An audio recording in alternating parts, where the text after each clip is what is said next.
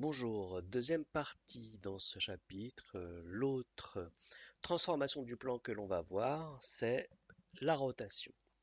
Alors la rotation, on en connaît déjà un cas particulier. Je reprends exactement comme pour la translation, la même œuvre de Maurice Cornelius Escher. Je ne vais pas en dire davantage, j'en ai déjà parlé. Et on va isoler cette fois-ci une autre partie du dessin. On va s'intéresser à ce petit groupe de 6 lézards qui sont en lien les uns avec les autres. Alors on voit que les lézards qui sont d'une même couleur, les deux marrons, les deux blancs, les deux noirs, sont en symétrie centrale les uns par rapport aux autres. C'est-à-dire qu'il y a un demi-tour entre eux. Mais on va se poser la question sur d'autres lézards. Quel est le lien qu'il y a entre ce lézard marron et ce lézard noir? Il y a effectivement quelque chose en rapport avec tout simplement la rotation, c'est le nom, hein. On tourne, mais on ne tourne pas d'un demi-tour comme avec la symétrie centrale, on tourne d'un autre angle.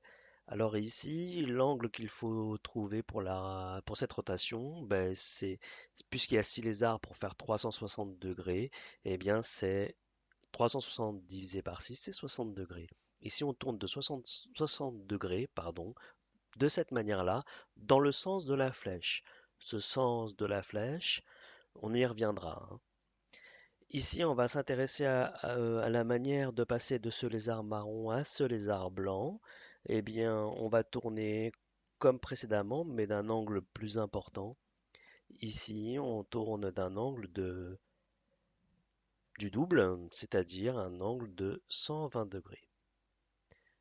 Intéressons-nous à ces deux lézards marrons, on en a déjà parlé, hein, là on va aller vite. Il s'agit cette fois-ci d'un demi-tour, c'est-à-dire d'une symétrie centrale, ou bien d'une rotation d'un angle de 180 degrés. Et en fait, la rotation d'angle 180 degrés, c'est la même chose que la symétrie centrale. C'est exactement identique. Alors, tourner de 180 degrés comme on l'a fait, on peut obtenir le même résultat en tournant de 180 degrés dans l'autre sens. Ça ne change absolument rien. On va regarder comment on passe de ce lézard marron à ce lézard noir avec la rotation la plus courte possible. Ici, il faut tourner dans ce sens-là. C'est le sens où tournent les aiguilles d'une montre. On fait une rotation de 120 degrés. Et cette rotation de 120 degrés, dans le sens des aiguilles d'une montre, n'est pas unique en fait. On aurait pu en trouver une autre qui aboutit au même endroit, mais en tournant dans l'autre sens. Cette fois-ci, en tournant de 240 degrés, on aboutit au même endroit. Regardons la manière de tourner. On peut tourner ici de 60 degrés pour passer du lézard marron au lézard noir dans le sens de la flèche. Nous dirons que c'est une rotation de centre haut d'angle 60 degrés dans le sens de la flèche. Si je m'intéresse cette fois-ci au lézard, à la rotation qui permet de passer du lézard marron au lézard blanc, c'est aussi une rotation de 60 degrés, mais dans l'autre sens, le sens indiqué par la flèche. Donc cette rotation-là, on l'appellera rotation de centre haut d'angle 60 degrés dans le sens de la flèche. Mais alors, définir une rotation en disant qu'on tourne dans le sens de la flèche, si la flèche n'est pas dessinée, comment on fait? Donc ça pose problème. Il faut essayer de trouver une manière de définir les deux sens possibles. Ce sens-là, ben, c'est le même sens que les aiguilles d'une montre. Ça tourne de la même manière. Donc on dira que c'est le sens des aiguilles d'une montre ou en plus raccourci le sens horaire. Mais il y a une autre terminologie qui est plus mathématique. On l'appelle ça le sens indirect ou le sens négatif. Donc, bah, par opposition, l'autre flèche que je viens de représenter, celle qui tourne dans l'autre sens, on l'appellera le sens anti-horaire, le sens positif ou le sens direct. Alors attention, hein, à tout ce vocabulaire, hein. Le sens positif et direct, c'est le sens anti-horaire.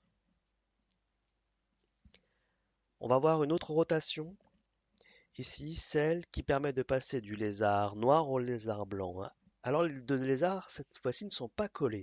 Ça veut dire que le centre de la rotation, il n'est pas, il est plus loin. Il faut essayer de le retrouver et puis il faut essayer de voir comment ça a tourné. Alors je vais indiquer le mouvement. Le mouvement, c'est le suivant. Donc on a tourné autour d'un certain point, ce point O, je le remontre. On est resté toujours à égale distance du point O. D'un début à la fin, du début à la fin du mouvement, on est toujours à la même distance du point O. Ça, c'est important. La rotation va être définie par un angle et le sens. Là, c'est le sens horaire, c'est-à-dire le sens indirect. Et l'angle, il est de 120 degrés. Et on est resté toujours à la même distance du point O, comme ça. Alors, pour le vocabulaire, on va reprendre. La rotation de centre O d'angle 120 degrés dans le sens horaire fait que si je prends deux points, un point et son image sur le deuxième lézard, donc le A' c'est l'image du point A par la rotation, eh bien on obtient les résultats suivants, c'est que OA et OA' sont deux segments de même longueur, OA égale OA', et l'angle AOA' égale 120 degrés. Si je prends deux autres points qui se correspondent sur chaque lézard, le petit bout de la patte gauche, de la patte avant gauche, eh bien nous avons exactement les mêmes caractéristiques. B', c'est l'image de B, OB est égal OB', et puis l'angle BOB' égale 120 degrés. Un dernier exemple avec un dernier point. Le petit bout de la patte arrière droite, c'est sur le lézard noir et C' sur le lézard blanc. Ben, ces deux points sont images l'un de l'autre. Et on a exactement la même définition. OC égale OC' et COC' égale 120 degrés. Voilà, je vous remercie d'avoir écouté cette petite introduction aux rotations.